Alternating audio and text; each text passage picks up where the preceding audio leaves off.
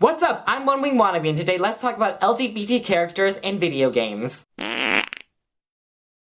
So hopefully you've heard at least what Bioware is. If you're pretending that you know, I'll save you the Google search. Bioware is a group under EA that has given us games such as Dragon Age, Mass Effect, and Star Wars: The Old Republic. All of these games have had their ups and downs, and some of them are still on their downs, but that doesn't change the fact that they're really big names in the gamer world. Furthermore, they've been made famous for offering gay romance options in Dragon Age 2 and Mass Effect 3. Say what you will about Mass Effect 1 and 2, I don't think Liara counts because the Asari are monogendered. That and maybe the fact that I just get no mileage out of it. But anyways, Dragon Age 2 was considered a step down from Dragon Age Origins. And for those of you who don't know, the LGBT gamer community was really happy with Dragon Age 2 because it offered such liberal and substantial romance options. Fenrir is my favorite. I would have been okay with Anders, except that he was a little bit too angsty for me. I actually would have liked him if he was more like the Anders from the Awakening DLC, but you know what, I digress. Now, it's obviously really great that Bioware and EA have stood by their decision to have more inclusive romance options. But I also think it's very important to remember that this shouldn't be it for the LGBT community within the gaming industry. Besides Mass Effect and Dragon Age,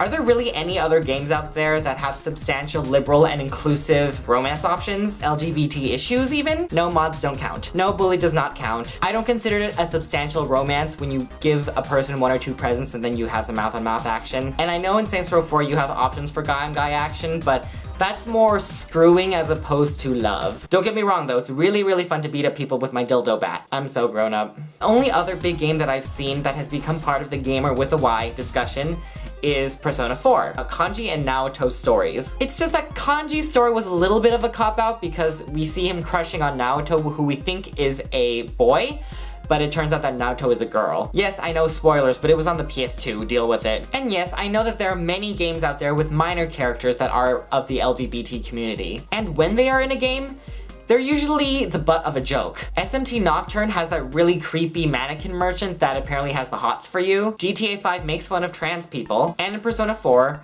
Yosuke is scared of sleeping next to Kanji because apparently, just because Kanji might be gay, there is a risk of sleeping next to somebody that's gay because they might feel you up. This is a somewhat recent game. I just want to remind you of that. It breaks my heart though because I do love Persona 4. And basically every other game in the industry offers only heterosexual romance options. It's still assumed that heterosexual relationships are still the normal kinds of relationships. And that makes sense because those are the only kinds of relationships that have been acknowledged by the media for such a long time. Some male gamers for Dragon Age 2 have even said that the simple circumstance of a guy coming onto you is way too offensive. So a certain demographic have asked Bioware if they would add a gay toggle feature for their future games. I guess what the gay toggle does is just that you don't ever have to experience any of those advances. But you know, I actually have a very nice option for you as well. Maybe you could just say no, and then you'd be done with it. If you say no to a character, that's it. That's how it ends. I've watched several of my favorite guys end up with girls.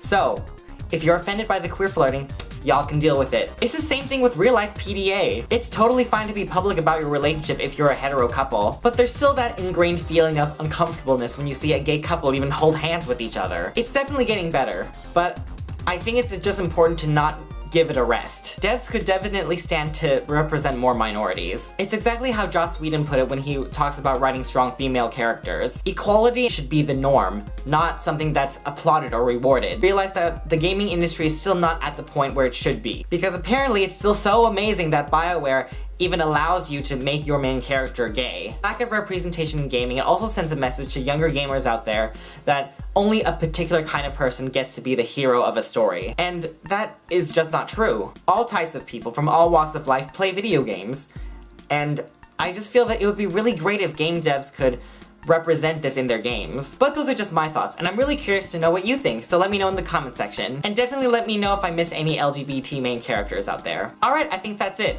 Thank you so much for watching. I really appreciate you, and make sure to check back next week because I'll have another gaming topic that we can talk about. Alright, thanks guys. See you later!